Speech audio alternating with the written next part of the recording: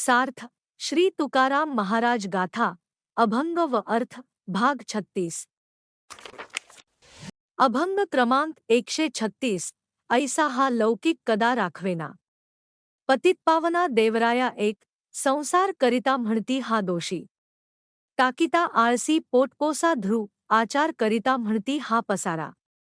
न करिता नरा निंदिता ती दोन संतसंग करिता म्हणती हा उपदेशी। येरा अभाग्यासी ज्ञान नाही तीन धन नाही त्यासी ठाईंचा करंटा। समर्थासी ताठा करिता ती चार बहु बोलो जाता म्हणती हा वाचाळ। न बोलता सकळ म्हणती गर्वी पाच भेटीसी नवजाता म्हणती हा निष्ठुर। येता जाता घर बुडविले सहा लग्न करू जाता म्हणती हा मातला।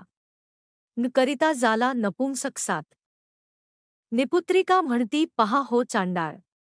पातकाचे मूळ पोरवडा आठ लोक जैसा लोक धरिता धरवेना। अभक्ता जिरेना संतसंग नऊ तुका म्हणे आता ऐकावे वचन। त्यजुनिया जन भक्ती करा एक शून्य।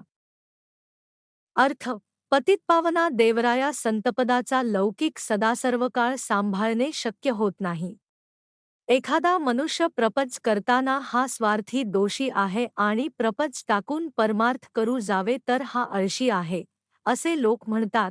धर्माप्रमाणे आचरण केले तर दांभिक म्हणतात, नाही केले तर पाखंडी म्हणून निंदा करतात।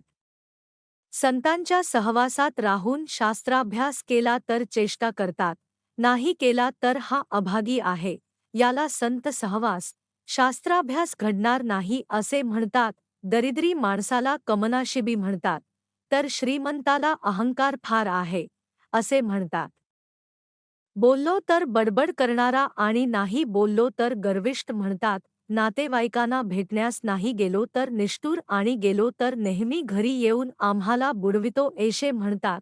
लग्न करू पाहता मस्तीला आला म्हणतात आणि लग्न न करता राहिला तर नपुंसक म्हणतात। निपुत्रिकाला पापी म्हणतात आणि मुले बाळ झाली तर पापाचे कारण म्हणून हा पोरवडा वाढला म्हणतात। लोक हे असे दोन्हीकडून बोलतात, जाशी ओकारी थांबवता येत नाही तसे लोकांचे बोलणेही थांबवता येत नाही। म्हणून तुकाराम महाराज म्हणतात की लोकांच्या बोलाण्याकडे दुर्लक्ष करून भक्तीच्या मार्गाकडे वाटचाल चालू ठेवा।